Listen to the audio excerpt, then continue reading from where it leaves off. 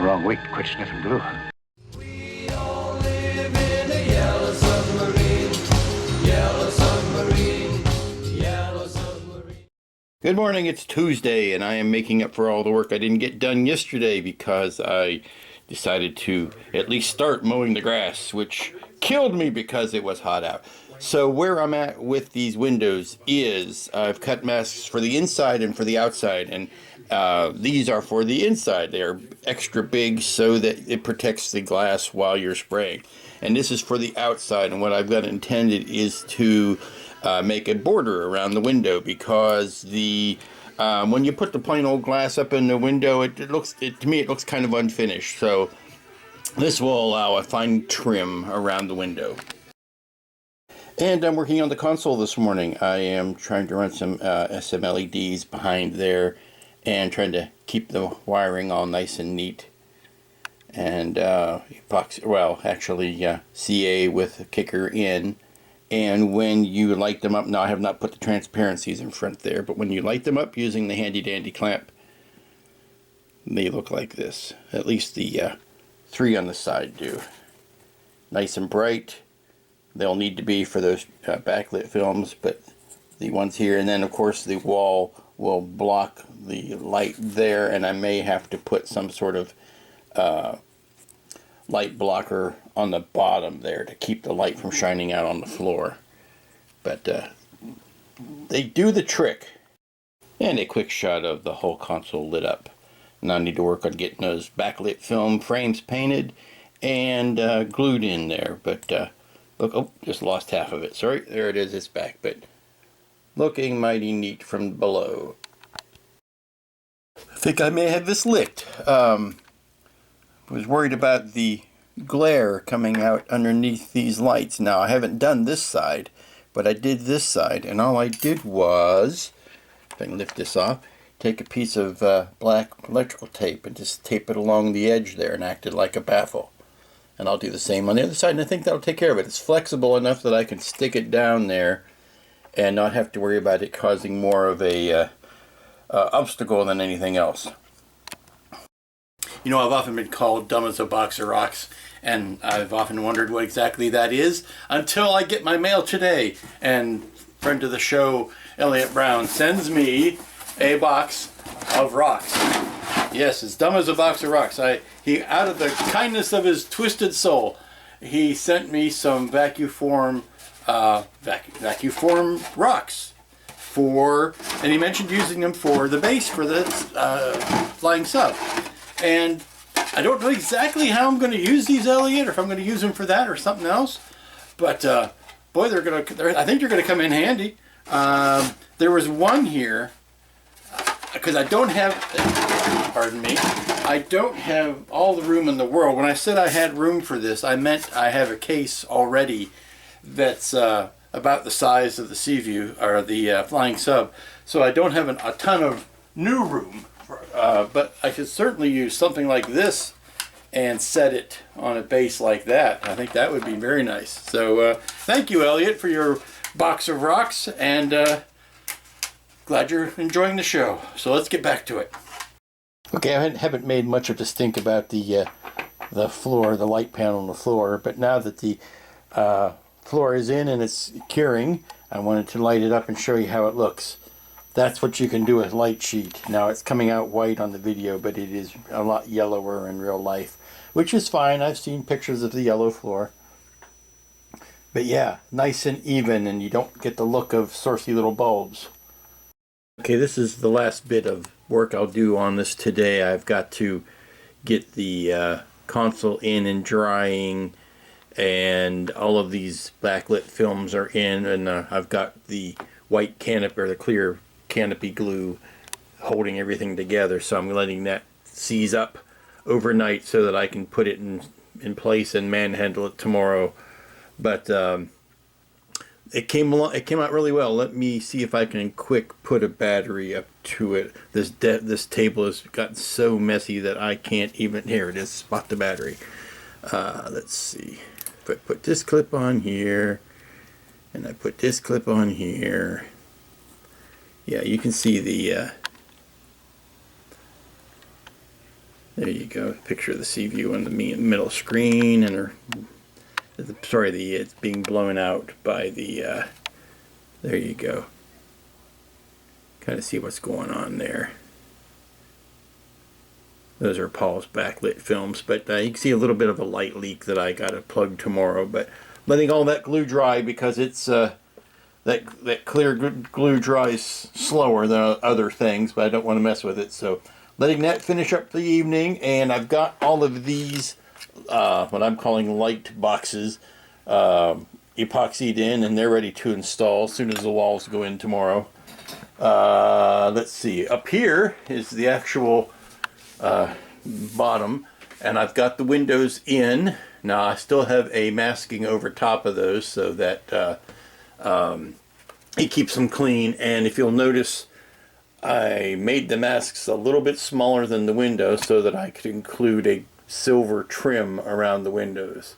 That's not quite there otherwise, and I painted the blue, and I'll mask that all off so that when I'm roughhousing with the rest of the ship, that will be protected. But the floor is in. I could, if I wanted to, I could pick it up just like this. See, the floor is in, and now the walls will go up tomorrow. Well, good morning. It's Wednesday, or as I prefer to call it, Wall Building Wednesday. Had to back up and work on a bit of a part that I wasn't prepared to work on yet, and that was this console. I needed to get all of those screens in and get the photo etch around them and get all the lighting done, because now that the floor is in, I have to put the console in before I can put these front walls in. Console has to go in because the wiring for said console has to go under the next walls. So to do that, I had to make sure that I was happy with the inside. Now what you're seeing is yellow windows is actually the masking, the back of the masking from the front of the windows. These are nice and clear now, and I am going to be able to put the console in. The thing is about this console is I'm going to want to hold it while it's drying at a slightly upward angle. I don't want to put it in flat, because not only does that diminish some of the detail you won't be able to see because it'll be pushed down too far, but also makes little sense given that you have pilots sitting in chairs back here that wouldn't be able to see those. So this is what it looks like flat, and this is what it looks like, there's flat, and this is what it looks like slightly raised. And I'm going to go for the slightly raised look. So that's going to take both hands and a bit of 1 minute epoxy, so I'll be taking care of that, and then we can start putting in walls and lighting behind it. I think it's going to be a good construction day. Okay, continuing work on the lights for the interior of the flying sub, and I'm getting to the place of, it doesn't make sense, it's not canon, but I'm going to do it because I want to. It actually does make sense, even though it isn't canon. I've been feeling for a while now that I want to put a red light on this back wall. I've got plenty, I've got little tiny nano tubes to put in there, chips to put in there, and we've got these little light covers, and I believe they are supposed to go in the, like one of them goes over the back door of the tunnel, but I don't know how much of that tunnel we're ever going to see. Once the doors open, I may do that. I've got a couple, but what I want to do is I want to put one on the interior, right about there. That will shine yellow, shine red to let people know, hey, outside door is open. And then I'll put the other one on the back like it's supposed to be, so when you open up the back door, you can see that red light. But we need something on the inside, and I've got some little chip LEDs that'll work real well, and that's what I'm going to do. I've already put a LED, chip LED, and one of these little bezels over the bunk to give a little bunk light, and I have to, here's the horribly uncomfortable pad. I'm going to sculpt up something with epoxy sculpt to give the look of a turned down comforter and a pillow. So do a little bit of freehand sculpting here. But as you can see, walls are in. They are mightily affixed with epoxy. This guy is in. It didn't go in willingly, but it went in. And now I'm starting to come up with my routing for the lighting wires, for all the wires that are going to be populating this space. Been having a little bit of fun lately playing with the epoxy sculpt. I put in details on the bunk, on the bedding, and then I got carried away and I decided to fill some of those egregious gaps up front with some epoxy sculpt, and that is this line up here where the front of the console meets the bank of windows. It's an unavoidable gap. It's going to happen. So I decided to try to fill some in with the epoxy sculpt because I picked up at the Nats some of the safety solvent that works with epoxy sculpt, and I poo-pooed it at the time, but boy howdy, it seems to be doing quite the trick of smoothing and filling and all that kind of stuff. So just a couple of drops here and there really levels out the epoxy sculpt. So I'm gonna let that sit up and maybe go grab some lunch and watch a movie or something. I don't know, but I've got the light in over the door, and I've got the light in on this wall, and I'm letting those dry in. Then I'm gonna just do a little bit of dry brushing over top of those clear pieces to make the fixtures look like they're not clear plastic and maybe they are metallic of some sort. So it's tricky. The way these walls interlock with each other, you have got to put these two walls in and then the back wall, and then you can interlock both the bunk wall and the reactor wall on both sides. They kind of see these little clips that stick up. Well, they've got clips that hang down over top of them. So those kind of all have to go in that order. So we're going to let this stuff dry, and like I said, and I'll come back to it in a couple hours and do the next round of work. Here's kind of a shot mocked up of the three newest lights. There's the light over the bunk, the light by the door, the airlock door, and then the hallway light back here. So it's coming along nicely, I think. Pardon the squeaky chair. Good morning, it's Thursday, and somewhere in all of this mess there's a flying sub. Got a lot of work done yesterday, although you can't really tell.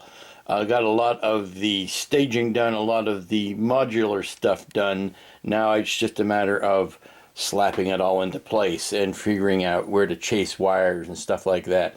The epoxy sculpt and the liquid, what is it? It's called the solvent that I used on it did a fine job. Looking for my pointy device. Fine job at the front of the console. I have yet to decide whether I'm going to sand that or not, but it looks good, and I'm thinking once you're inside looking at through the windows, you're not going to see a lot of that front edge, but it does. I did seal up that front seam. The light blocks are in on these front walls. The details and the tiny spotlights are done on these back walls and painted and ready to go in, and it's just a question now of, like I've said, getting, see, there's a nice little bulb there, getting the like the bunk. Even the bunk has been, I had to repaint the mattress, but the bunk is ready to go in. All these walls are ready to go in. It's just a question now of getting to the glue and getting them glued in, and then we will start the process of, because there's just so much stuff going on, I think what I'll do is just pick a panel and neaten up behind each of those panels as we go to try to figure out. I'm still up in the air about the base and the where all the switches are going to go and things like that. So what I need to do is get some of this rat's nest cleaned up so that I can see exactly what it is I'm looking at. Okay, here's the main consoles and the floor lit up. Now, some of those light leaks, like you can see right, I'll point it out to you, I'm sure you've seen it. It's right there.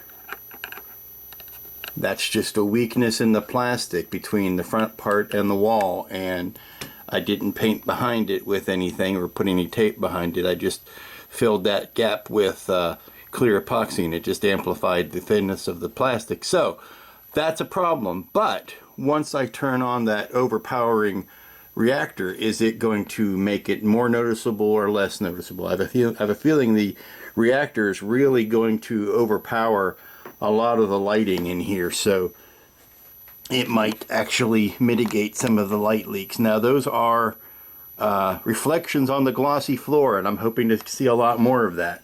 That's not a light leak, that's a reflection on the floor. Everything else is looking pretty good. I like the corridor light that I put there. I think it does what it's supposed to do, and there's the bunk light. Okay, just for gits and shiggles, I did a quick put all the circuits together and lay the top on just so you can see what's going on. Yeah, that's still noticeable. I'll still have to do some work on that joint right there. Maybe put some tulip over it and repaint, but for the most part, a lot of the stuff I don't want to see, I can't once the top is on. So let me spin this around. You can still see plenty of gauges in the front. You don't really see the too much of the side gaps that I was worried about, but all of the consoles look good, and I get the appropriate amount of reflections on the floor. So yay, happy. It's time to turn on the headlights. This is a typical 5mm bulb. What we're using for the headlights are these. Now I'm not just holding it closer, that's about a 7, I guess it's a 7mm bulb. It's not quite twice as big, so it's not, I'm saying it's not a 10mm bulb. Technically they may call it a 10mm bulb, though I'm not sure. All I know is it's bigger. Here it is. There's the two of them side by side. So there's 5. Anyway, that's what I'm using, 2 of these. But as nicely as this fits in without any sort of lens over front of it, it fits a little bit better if you do that to it. Basically, what I've done is just taken a grinder and ground down the top of it and put an angle on it. The filaments, or the little heads inside, have not been touched, so it still works. But when you put it in there, it fits so much even better. And there's the headlight in place. Fills out the area quite nicely. And it lays flat against that cage, which is the important thing. Flat against the cage. That cage there. So now to ground the next one, and I'm going to put them in place and pack them in with epoxy putty. One last bit of work for a Thursday evening on the sub, and this is where I get to put up or shut up, because I'm using my own patented Aztek dummy templates slash painting masks slash other aids to modeling. And what I'm doing is I am making the fins, or the vanes, for these engines. They're supposed to be a very fine flower shape of engine vanes in there. And what I've done is I've plotted them in vinyl, and I am going to stick one of them down to each of these. You can't see it because it's clear. If I put it in the light, there you go. It's just a clear piece of very thin styrene. I'm going to stick one of these down, and then stick it over top of this, and sandwich it in between this and the can, and you will have, voila, instant fins. This is what the fin looks like after you have removed the surrounding vinyl. Now this might look like the world's flattest contact lens, but it is the fin on a piece of plastic. And what we do now is we take one of the cans, voila, we put this over the top, we put this on top of it, we line up all of those little holes,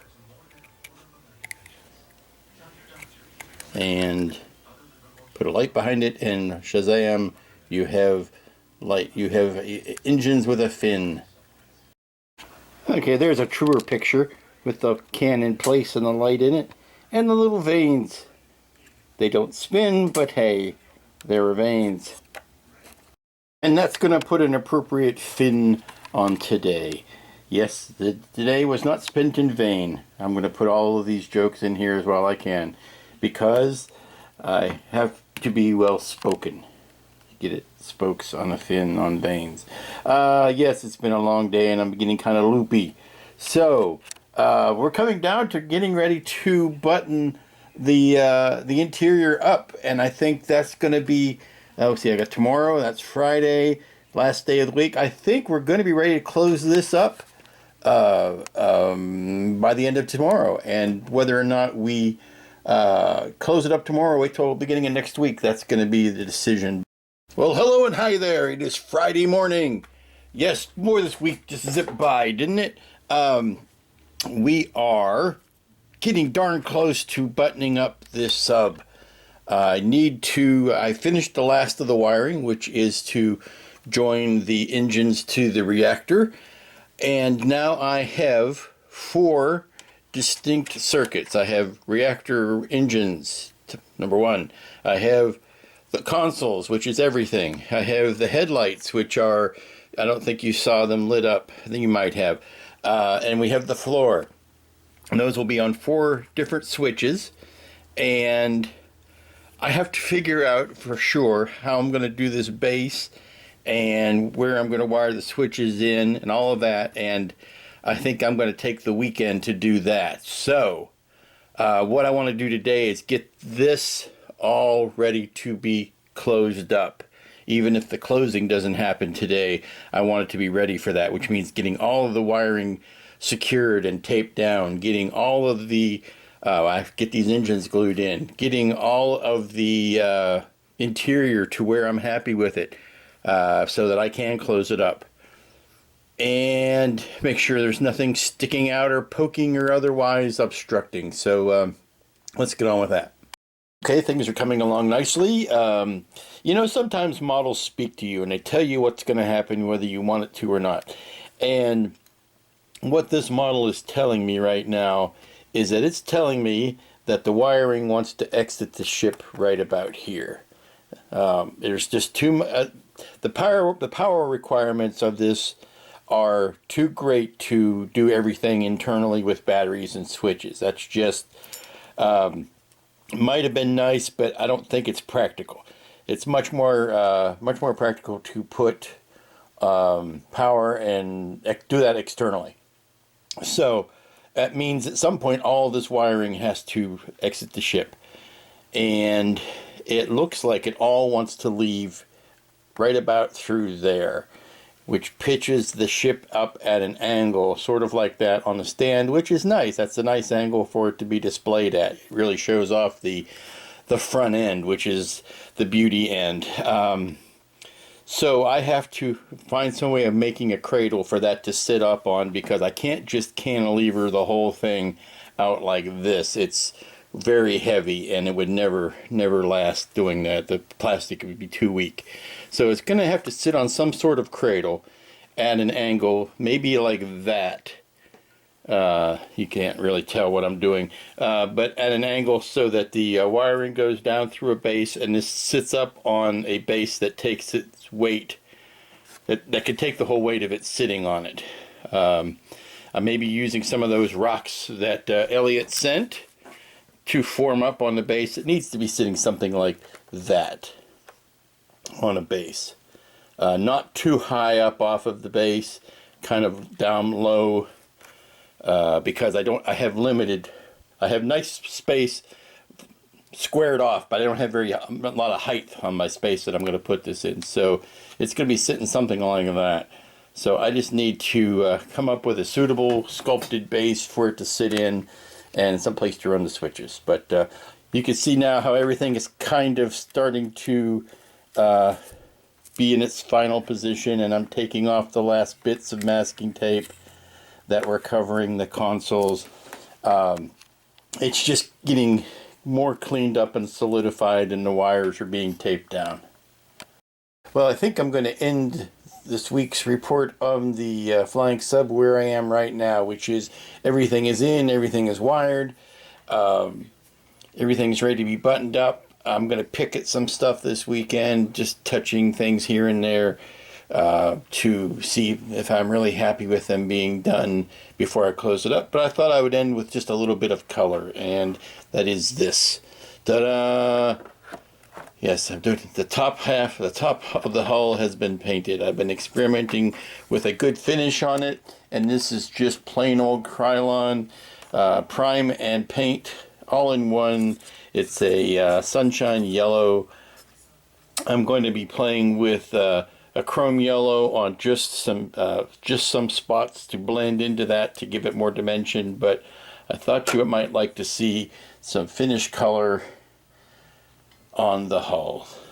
I think it's going to work out just fine. That's the bare plastic with Duplicolor primer, and then a white sandable primer over top of that. I looked at the areas that I wanted to flatten out that had a dimple in it, and then I sanded it, white primed it, and put on a couple of coats of this yellow prime and paint. So I'm very happy with the look of this. I'm going to let this harden up over the weekend. Here's a shot to leave you for the weekend. I just mocked up as much of it as I could to show you what will remain visible and what won't once the top is on. A lot of the stuff I was fretting over, likely wise, ain't never going to be seen. So, and some of it is. So now I know what bits I need to touch up. But the consoles are all lit, and that's job one. I was happy to see how well those turned out. And for the first time, you're going to see in the front windows. I had to take the masking off of the front windows so that I can see what is going to be a problem area and what's going to be visible after all is said and done. And yes, that leading edge right up in front of the dashboard is going to be trouble, so I do need to tend to that. This piece is still missing.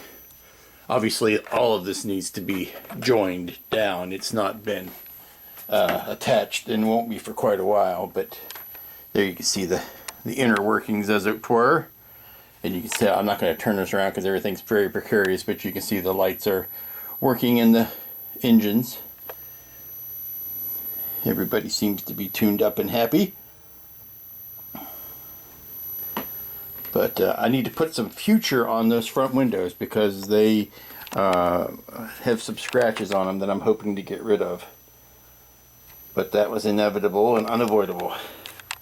Unless you're using optically clear glass, you're going to get scratches because it's styrene. And unfortunately, I don't think you could use glass unless it was really, really thin, because not only, anybody who's built this kit knows these windows are not flat. They have a twist to them, and unless you can get a piece of glass that is got that twist baked into it, you're gonna have problems trying to get that to fit. So I hope you can tell the silver frame I put around the window itself. That was something I did by making the mask just that little bit smaller than the window so that you would have that silver window frame. And of course, all of this needs to be touched up and repainted and blended in and all of that. But when I am getting ready to do all the body work, I can cover this with one big mask now, so I can clean the windows off, as it were, and mask this whole area, not just the glass.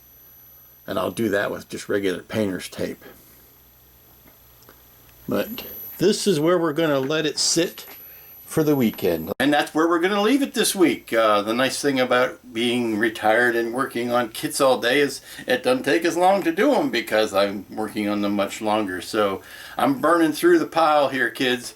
I'm going to have to get more stuff out of this stash, and don't even know what that's going to be yet, because I've got at least another week on this by time it takes to do the exterior work and the puttying and the Bondo work on that, the spot puttying, and I still have to fabricate some sort of stand. I'm thinking of sculpting something. I don't know whether it's going to be out of epoxy sculpt or carving it out of wood or whittling it out of a bar soap. I'm not quite sure, but I think I'm going to do some sort of wave thing that this will sit on the top of a wave-like thing, which will help it to help with the balance, and then still sneak the wires down and the switches and all that. So that's going to be the focus of next week, is getting the bodywork finished and getting it on a base. So until next week, when we should be hopefully finishing this up, be good to each other, be kind, have a good week, and we will see you here next time.